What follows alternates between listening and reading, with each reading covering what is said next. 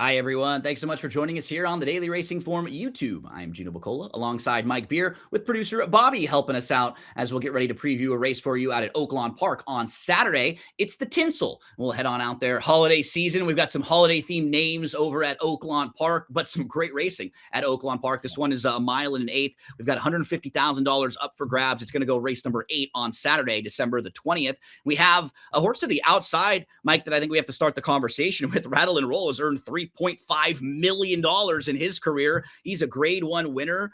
He's won 10 times, but he's now 0 for his last 5. He's done a lot of traveling recently, to Dubai, to Saudi Arabia, and since coming back, he's really only run one good race. But the counter is, look at who he's faced in his last 5 starts. Forever Young a couple times, Mystic Dan. You've got Magnitude and Hit Show in there, horses who are a lot classier than who he's going to face on Saturday. Yeah, very, if nothing else, very well spotted here. If you want to question his recent form, that's very, very fair. And he's also, basically at this stage of the game, he's basically a one-run closer. So he's going to need a little pace and a little bit of trip, but he's a real nice horse. He's really well spotted here. I have a lot of love for Rattle and Roll, Gino. I'm probably the president of his fan club. I've always liked this horse. Yeah, I respect the heck out of him too. I mean, 10 out of 29 winning races like that with his running style. Yeah, that is tough. That is tough to do at top levels. Let's see what Timeform US thinks about this field as far as the pace projector, because you were pointing out a key, factor in Rattle and Roll is that he's not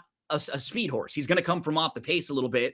Maybe he gets the setup in here though, because Woodcourt should be pushing the pace early on. Willy D's wants to go as well. So those two, I think, will be forward, Mike, and then everyone else can probably slot in, in nice spots after that. They do seem like, the two main speeds in this race, particularly the 4 Willy D's, who, listen, he's the second favorite on the morning line here, right behind Rattle and Roll. And they're like sort of the two main protagonists in this race. They're both dropping out of tougher races here.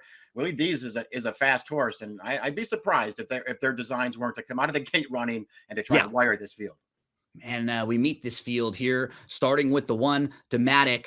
Oh, man, I like this horse earlier on in his career, Mike. I think I played him in the Rebel, and then he was in the Arkansas Derby after that, and I kept trying to build cases for him in big spots, and now he's coming into this race a little bit disappointing. It's 4 in a row now where he's been almost beaten double-digit lengths. Maybe we can make excuses for his last couple because he came off a bit of a layoff, so maybe we can toss the last 2. And you look back, he was facing Banishing and Saudi Crown and First Mission. That company's a little tougher than this company as well. Tour Player has now won 3 in a row. I think 4 of the last 5 with 90+ buyer speed figures, but he just hasn't been showing very much in those last few races. What do we do with Dimatic? Yeah, I'm with you. I thought he had a lot of potential early on, and he just, for whatever reason, he never really delivered on it. And you can just see, all through 2024, and they kept him going they never gave him a break. They just kept running him right through the year. And he kind of flatlined there. He runs figures in the mid to upper 80s for the most part, and he never really got beyond that. I know he won the Zia Park Derby with a 93, but I don't know how much credit I want to give him for that win. I don't know. I'm glad they freshened him up and gave him a little bit of a break, and so I'm not going to be too hard on him for the poor performance last time. So I do think they probably needed to stop on this horse, get him freshened up, sprint him on the way back. Who cares about that race? Now they stretch him right back out here. I think he can take a step forward here, but don't know how much I trust him. Yeah, I would love to see just a move back in the right direction, and then you could maybe be more warming up to play him the next time out, because his last few just hasn't shown much. We move to Woodcourt. He's stakes placed.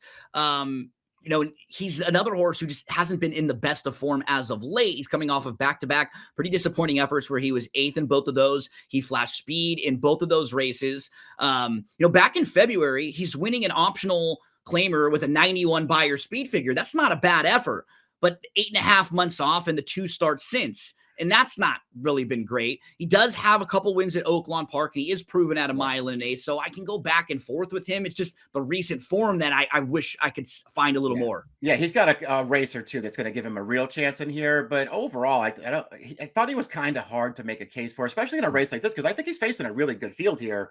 And you can see like the only 2 recent stakes races for him, and neither of them are in like super tough spots. One of them was Dimatic. I mean, he was nowhere in either of them. And he's also, I know that he sat off the pace a little bit at times, and he can do that. But I think he's at his best when he's on the lead, and I don't think he's If getting the there lead was from no Willy Willy D's. D's in here, I would upgrade him a little I bit, but with agree. the presence of Willy, it's just going to make life really tough for Woodcourt. We move to Mackman. It'll be his first time against Stakes Company. He had a nice win at Keeneland in October. He didn't take to the sloppy track last time out. He Yeah. was behind Woodcourt a couple times back in early 25. You can see he is capable of some pretty big speed figures. He has 90, 92, 97 buyers in the mix. Something like that 97 wouldn't be too far off what it takes in here. Can you build a case for him? I think you can. I mean, I don't. This is a tough, not an easy race for him. I'll just say that. But I think you can make a case for this horse. I mean, he was just getting better towards the end of last year and then into the winter for a couple of starts. But I just like the progression he was making. He was facing really good fields. Gino, Surface to Air, Bishop's Bay. He's running against really good horses, and I thought he ran fine. The last time Woodcourt beat him, obviously there's something went wrong there. This horse didn't show up at all, and then there's a big layoff after this. I'm going to assume something went wrong there. I liked the race that he ran off the layoff to win at Keeneland with a 92 buyer, and then I think it's probably fair to be a little lenient for the sloppy track last time. This horse has run twice now on wet sealed racetracks, and he was terrible both times.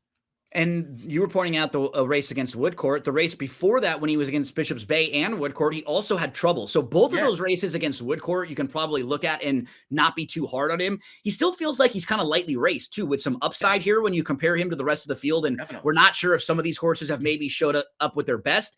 I think he might still have best races in front of him. Mackman, who's a fair price at 12-1. Willy D's is next up. He's a stakes winner. He's grade 2 placed, but it will be his first start in 2.5 months. He's had a very nice 2025 though. 4 races with 95 plus buyer speed figures. He was a very nice second behind Banishing in the Charlestown Classic. But I will say for him, all 5 of his wins in his career, he's basically been on the lead or right there, right? So he's not going to want to come from too far out of it. He's going to be on the lead or basically pushing the pace. Yeah, I think he's going to be on the lead here. I would be surprised if they were trying to concede to anyone. Listen, this is another great claim from Maker. He's got this one. We usually see it with turf horses, but he claimed this horse for 50, and he's just gotten this horse really, really good by using his speed. I could more so, I think, than Rattle and Roll. I can nitpick Willy D's a little bit.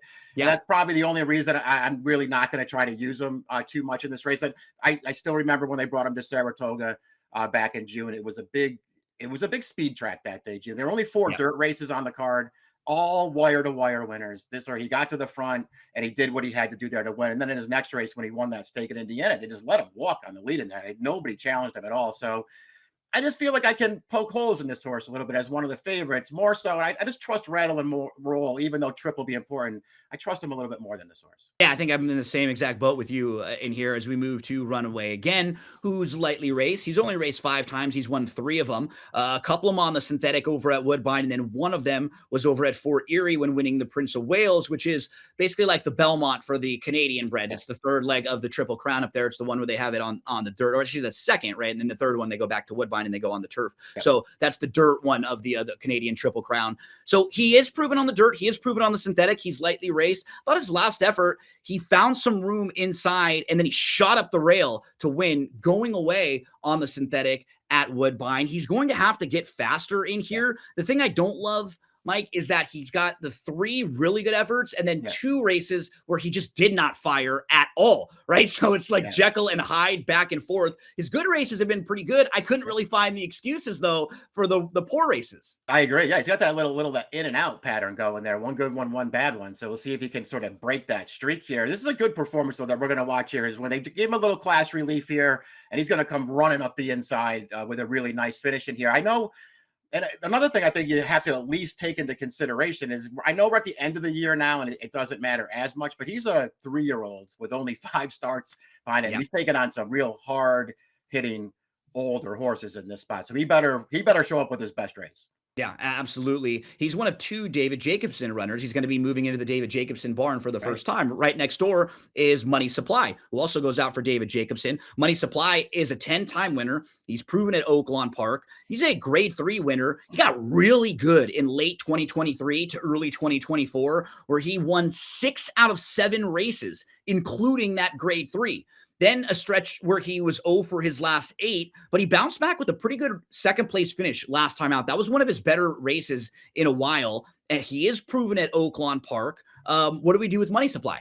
I just wonder. Listen, I think obviously if he shows up and he runs his really good race, he can win here. I don't Yeah. whether he's still capable of that. I guess it is your call. And he doesn't have a lot of speed either, so he'll be trying to close probably at the same time as the favorite. And maybe he just won't be able to kick with that horse. But this horse is good. I'm glad you brought up the winning streak too, Gino, because Mhm. it was a long time ago now. But he just all he did was show up and run one good race after another, and he kept winning. And then after that, for some reason they lay him off for a little bit. He comes back in the summer of that 2024, and for some reason now he's a turf horse. I don't understand what they did with him. They just tried to Yep. make him a grass horse for some reason, and he ran okay on that surface a couple times. To me, he's a dirt horse, and I still think he can run on this surface. His last two races, the first two for Jacobson, are one-turn miles. I think he's better going a little bit longer than that, around 2 turns. He was really running at the end of that race last time. He had a really fast pace in front of him, but he was really running late in there. I don't know, man. I'm a fan of this horse. I like this spot for him. Yeah, I had him a couple times during that stretch as well, and that seemed like a nice bounce back performance from him. We round things out with Rattle and Roll. The lack of early speed could hurt him a bit, but I mean, the credentials are all there. Grade 1 winner, 3.5 million, major class relief for him. I mean, after he had back-to-back wins in 2024 where he wins the Clark, and then in early 2025, he goes to Saudi Arabia and he wins those back-to-back group stakes race. The group stakes, that great group 3. And that may have just taken a little something out of him, right? All that travel. He's going from Saudi Arabia to Dubai. He did bounce back in October in the Fayette with a pretty good second. And then last time out, he's just a little bit too far back, a slow start. He was inside. He was late on the scene for 5th. This is a lot softer spot than what he's been facing. And if he's got even like a B minus to B effort left in him, it's probably good enough to beat this group. I agree. I like him stepping back a little bit here. Maybe just try to get him a little confidence back up because listen, you're right. He ran well the first start in Saudi Arabia and then he didn't run well. And the next time, he was in against Forever Young in those races. I mean, you don't have to be that hard on him, but really the only bad race since he's come back is the Lucas Classic, where for whatever reason, he just never really found any kind of a run. He's been better since then, but he gets pretty far back there now. Do you know what I mean? He's never had a lot of speed, but I never viewed him as like a plotter where he couldn't keep up. He hasn't been keeping up early in his races recently. That kind of bothers me a little bit. I'd love to see him run well in here because if so, you could just think about a lot of different options for him, right? There are, 100%. he could stay at Oaklawn Park and there is a big series of stakes races there. He could go over to Fairgrounds and run there. I mean, in the Pegasus World Cup, if he came up with a good performance here, there's no reason why you couldn't send him over to Gulfstream Park to take a shot there. Lots of opportunities for him in these stakes races for older horses if he were to bounce back with a good performance right here. Let's round things out, Mike. He is the 8-5 morning line favorite. What are we going to do with Rattle and Roll? How do you stack him up here? He's the horse to beat in here. Between the two favorites, I'd kind of rather have him, even though the speed of Willy D's probably makes him very dangerous in this race. Ultimately, Gina, I wasn't terrified to take a shot against the two favorites in here. I'm a money supply fan. I always have been. I think he's probably in a little bit better form than it looks like he might be on paper. If he's around that 8-1 morning line, I'm willing to give him a chance to upset this field. Your approach was very similar to mine. Both of us had the 7 and the 4 is like the horses to beat in here. Rattle and Roll and Willy D's. We feel confident they'll probably show up and run their races, but we're looking for a little more value on the win. And I'm going to go with the 5 Runaway Again, who's lightly raced. So I'll go 5-7-4-3 for Mike, 6-7-4-1. Whoever you play, however you play them, we wish you the best of luck.